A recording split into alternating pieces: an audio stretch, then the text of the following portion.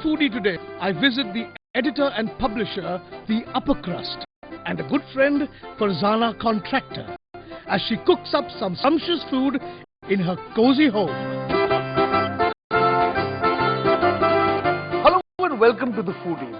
Every time I want to know about food in India, which places to go to, what kind of food I'm going to get there, the one magazine that I pick is this, The Upper Crust.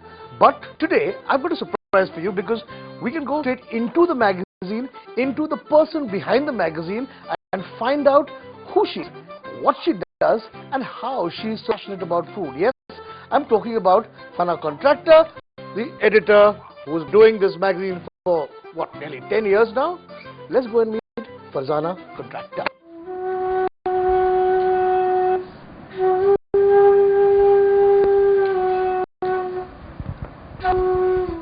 Savvy, unpretentious and always on the move are words that best describe Farzana Contractor. Being married to one of India's greatest journalists, Farzana Contractor, Farzana's transition from a wife to the head honcho of India's first food, wine and style magazine has been remarkable and inspiring. And here she is, Farzana Contractor. Hi Farzana. Hi Kunal. Okay, I'll start with this right at the beginning. You Upper Crust are now synonymous with food. Okay, you've travelled to nearly every corner of the country in search of food. Obviously, there's a passion for food. And when did this whole passion start? Did it start when you were a child? Did it start later on in life? We started Upper Crust 11 years ago. Okay, because you know Behram, my great husband, Zibi, the great foodie. Yeah. Very into food when we were running the afternoon, and we saw something new. And we knew it had to be food because there wasn't a single food magazine in the country. Sure. Started the food magazine like that in 3 months' time. Just overnight? Just overnight. Okay. So we did that and I'm very happy, very glad because, you know, we did this at the right time because it was about years after that that all of India was getting so into food and Indians were traveling, going around and everything else. So we did the right thing right time. So let's talk a little bit about Behram, about Bizivi, because since I was a child, since we even knew how to read, this man was probably the first ever food writer, passionate food writer ever known. Besides being a great humorist, food was he started it all, didn't he? Absolutely. In fact, even before we were born, I think all of us, no? I mean, Behram was already doing that. Yeah. He's got a 3-year lead over me. Yeah. So I think Behram started writing his food column in the late 50s, early 60s. And he started way back then, and then you married him, and the influence that he must have had on you and your appreciation of food must have been tremendous. Yes, I have to confess that I come from a background of foodies, where I come from Lucknow. My dad's from Lucknow. Oh my God! Every aunt of mine is a great cook. My mother's a fantastic cook. You know, I was the only black sheep of the family. Then when I got married to Behram, one day we were sitting in China Garden. It had just opened, and I ate this mushroom, rice and mushroom. It was very new, very exotic at that. And I said, this is nice. And I tasted, and from memory, I was saying what it was, and I came home and cooked it. Oh my God. Behram was completely floored, and that changed my life. Coming back to now Upper Crust, okay? Since Behram's passing away, you run it single-handed. While the afternoon still does belong to me, I don't run it anymore. And he knew I had to do something. So that's why he said, I'm giving you 3 months to start. He started Upper Crust, and he wouldn't look at anything except the editorial. He said, no, I have to do it. After I started it, he was quite proud of me. And there were thousands of copies in Afternoon House when they had come from the press. He went to Nalanda and he bought a copy of Crust, and he came home and he signed it and gave it to me. And he said, yeah, so that's Behram. I mean, it's so emotional of him, the way he would do things. But that was his way of saying, no, I had to buy the first copy. See, you just told me that you're from Lucknow, so there's a culture, food culture that you have imbibed. Obviously, it's in your blood. I don't like masalas. I don't like strong stuff. I like delicacy, I like fragrance. I like aroma, and I like predominantly food to be lighter looking, lighter colors. Nice. You know, the pulaus. I prefer pulao to biryani. In fact, I don't like biryani. I like pulaus. Okay.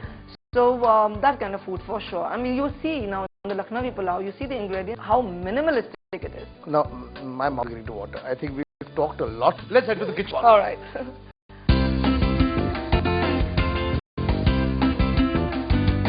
Okay, so here we are behind Farzana's wonderful kitchen, and Farzana is a tearing a cook. So I'm trying to slow her down so that we can understand what she's going to be doing. All right, we are making the Lucknowi pulao. Okay. And a very unusual dal and bhaji thing called sak paida. Paida. Yeah. Okay. So shall we start the dal, because that seems to be the simplest in terms of ingredients. That's right. Okay. So I see you've got laid out here. What is all this? You know, it's got 5. That's fine. Okay, It's so got 5 dals in it. Okay. The chane ki dal, the masoor, the tuar, and the mash ki dal. Okay. Okay. In that will go this ribbons of fish. Okay. And what I simply love, the suwa bhaji. What is it? Dill. Dill. Oh. I think it's one of the most. Someone you know. So the dal, the 5 kinds of dal, and just pinches of masala, just Turmeric and salt, no and masala. green chilies. Yep. Yep. The cumin to do with the bagar. For the bagar. So it's gone into the pressure. It's going to cook for about 10 to 15 minutes. In the meanwhile, we should start at least making the preparations for the pulao. Absolutely, you have to. I mean, I like to cook everything tenaciously. So burners means they should all be on. 4 things. So we start with the mutton. Okay.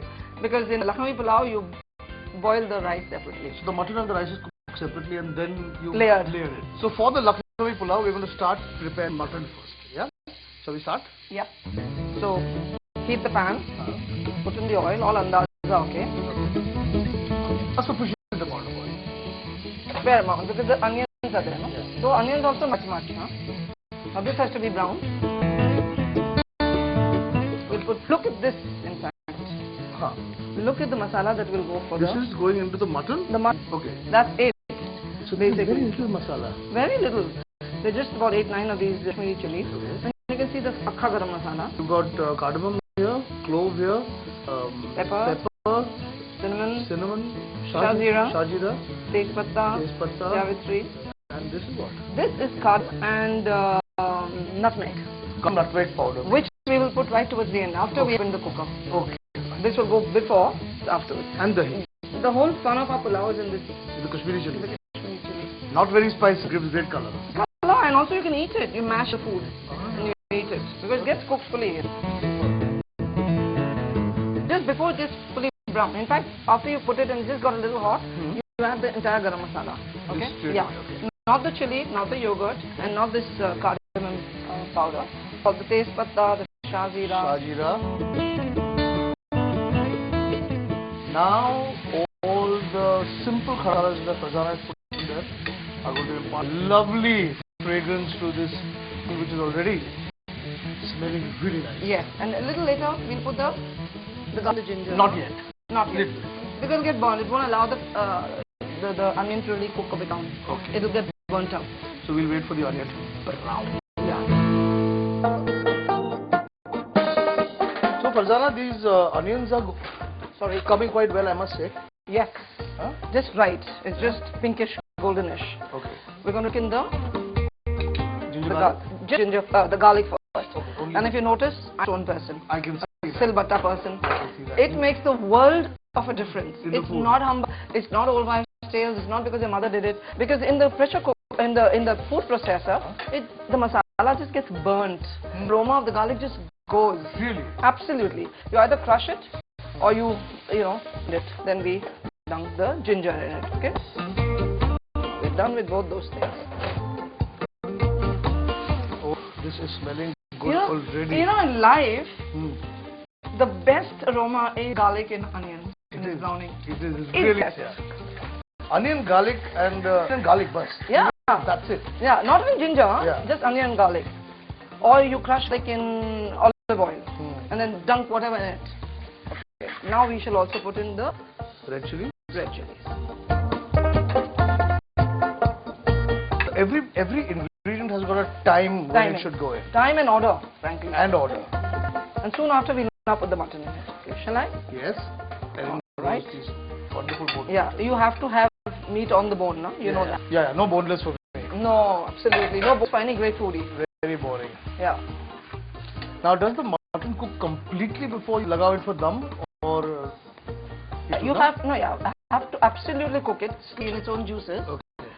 Put it on slow, let it cook. The ideal way of cooking it in a handi only. If you have a copper bottom one, even better. If you've got no time, you can do the whole preparation in the pressure cooker. But it will slowly cook in its own juices. You keep it in simmer. When it opens, bhuna it till the oil separates from the onion, and that's the absolute bhuna. And that is the most critical thing. If you don't bhuna it, no it's fun. not going to happen. No, and that is a nice, arduous, long process. Yes, which you need to have patience. Arms can pain. Yeah. Because this is going to take at least an hour to cook. Yeah, absolutely, easily.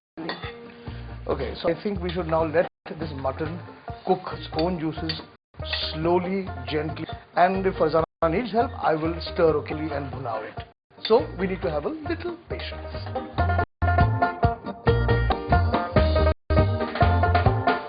Okay, so the mutton has been cooking in its own juices. It's time to put in now the dahi. Dahi. Yeah. Okay. Not too much really, just a little. If it's nice and khatta, even nicer. Great. And I will just add a little salt. Now we need to have a little more patience. Yes.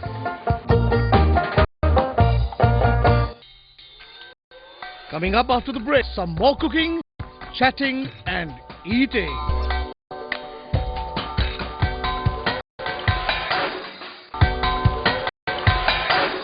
Okay, so while the mutton is getting ready, cooked and all that, it's time to, because the pulao has got rice and meat in it. So yes, and the timing is crucial. So we make the rice as well. So you've got boiling water. Yeah, we just put the water on the fire. Okay. All do is put the akha garam masala, you know, the bay leaves, the usual, cinnamon, you know, all that. All the akha khada khada. Akha khada masala. That's it. Bring the water to a boil. So the water boils the masala in it. The garam masala. Has to be the case. And then, the moment it comes to, we'll add the rice to it. Okay, great. Well, the mutton is still on its way, is still cooking, and what you can see over here, this one needs to be completely dried out. Now, the water, not water that has been added. The water is the water that has come, the juices of the meat, and plus the dahi. No? That's right. Just the yogurt and that. And now you put it on a high flame because the meat is... It's done. More or less, good. it's like about 70% done, Yeah. so you can... So you need to now bhuna this, get rid of the dry it out completely. Yeah, yeah. Lot of work. What can I say? That's it. You got to cook with love. Okay, so the meat that has dried up nicely. Yeah. Bhunawed it for a while, and the water is gone, and the water for the rice though is boiling, nice and bubbly over there. Yeah. So Shall I do that? Put in the I rice. need to do that. So pre-soaked rice, basmati, going into the water. Absolutely. Now this rice is not going to be fully cooked, no?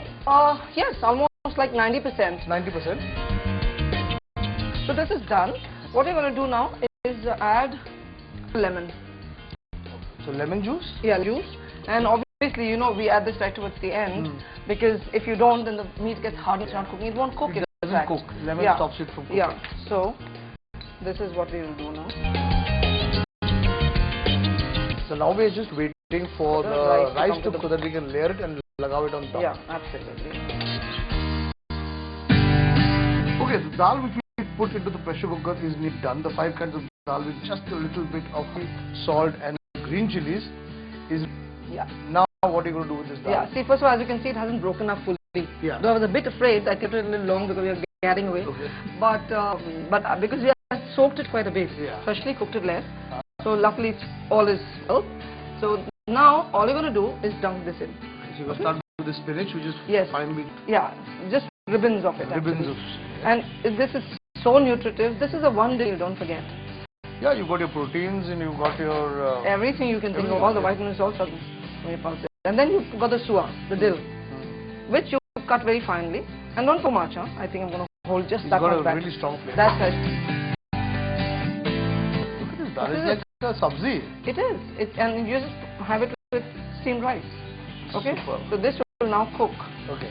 And when it's towards the end, I'll just put the jeera powder. Okay. Does it take long to cook? No. So we'll just cook this for a while.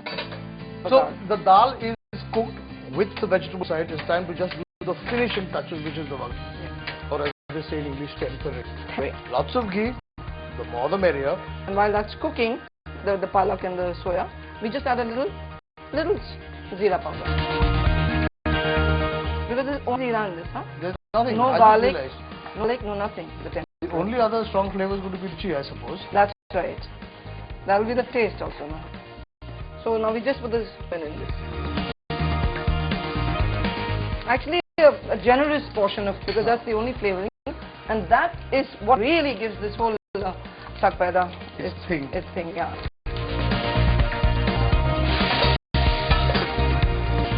That's the key. In it goes and key shuts, and the dal will be ready in one.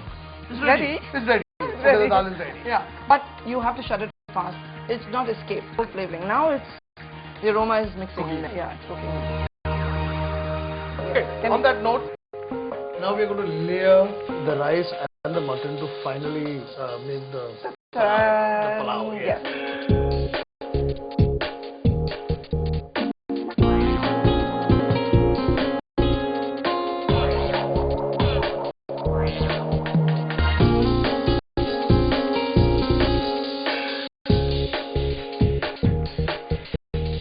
Kevda, which is dissolved in milk.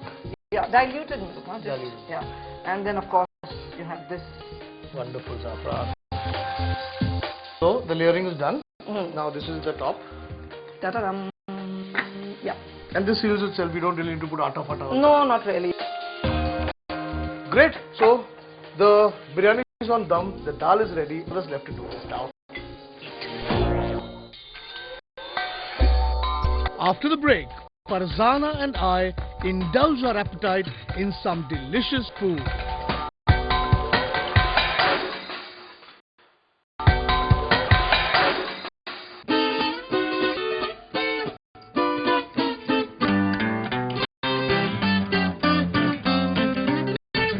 Okay, the food looks yummy. What can I say? We've got the saag paida, the biryani over here. Oh, sorry. Palau. Palau. Lucknowi palau. Lucknowi pulao. The shikam kebabs. Yeah. And you've got another form of rice over there. That we got for the touch. Achha? What is it? It's the zarda, which no Lucknowian can do without. So sweetened. Which even today we call meetha chawal. Meetha chawal. Yeah, meetha chawal. But it's zarda, which we have with milk malai. Okay. So shall I start with the Kebab? dal? Let's start with the kebab. Always good to start with meat. Here goes. I know why you've not used mince but used these pieces of meat, because the texture changes completely. Yeah. It tastes so much nicer like this. It's meaty. No, it's meaty. It's meaty, yes. Now I'm going Not to taste that. This is like a full meal, huh? Actually, that is a meal by itself. Imagine if it was raining outside. Piping. Such rice and an achar, that's all you need. I'll tell you what this is, This is actually very refreshing because it doesn't have too much of masala in it. And between you and me, I'm not the greatest fan of dal or saag for that matter. But this, it's very... Can't you taste that cumin? That's nothing but cumin. Only cumin. It's So only cumin. No masala, nothing. I mean, this is a poor man's food. It's a rich man's food. It's a complete meal by itself. It's good for growing children. It's good for adults. And this is Lucknowi. Yes, it is. But it's really nice. Dill is giving it its own sort of flavor happening. What's it?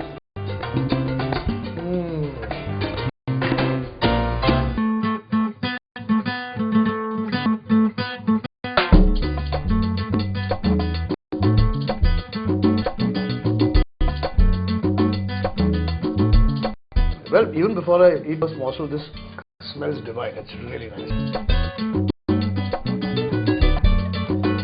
Now I know what you mean when you say you prefer a pulao to a biryani. It is not full of spices. It's fragrant. It's light. It's light. Yeah. Isn't it awesome? I mean, I can actually taste the yogurt. I can taste the lemon. Absolutely. And I can taste the meat. And you know how little everything was? Yeah, just thoda tha sab kuch.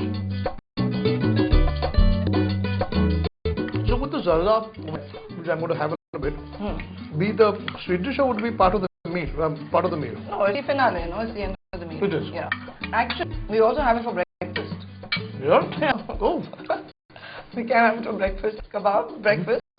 I like kebab for breakfast. And then you actually can't eat that with fork and spoon. You have to eat it with Fingers fingers. it? Mash that malai with it. I'll eat it with my fingers. Yeah, good.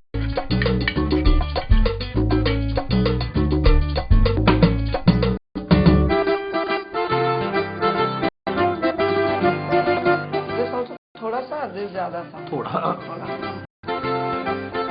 So zarda with a little bit of real malai. And then you mix it up basically.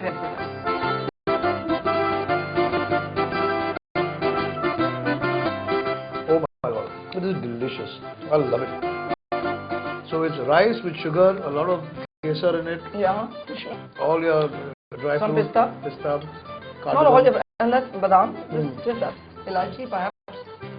No, that's it. I must say, Farzana, this is a wonderful end to not only to a wonderful meal, but to a wonderful day spent with you.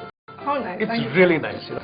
And may I thank you and hope that you will have many more issues of Upper Crust, many more trips, lot more food, have a great time eating all the time. Thank you. You're so simple, so wonderful to have you here. And you really enjoyed. You knocked off your slippers, sat down over there, enjoyed life over here, and that's what I like people doing in my house. So it's wonderful. Thank you. Thank you so much. Thank you. Thank you. Right, so that brings us to the end of this episode of the Foodie with Farzana Contractor. If you want to write to us weekend at timesnow.tv. Till the next time, from Farzana and me, it's Yeah.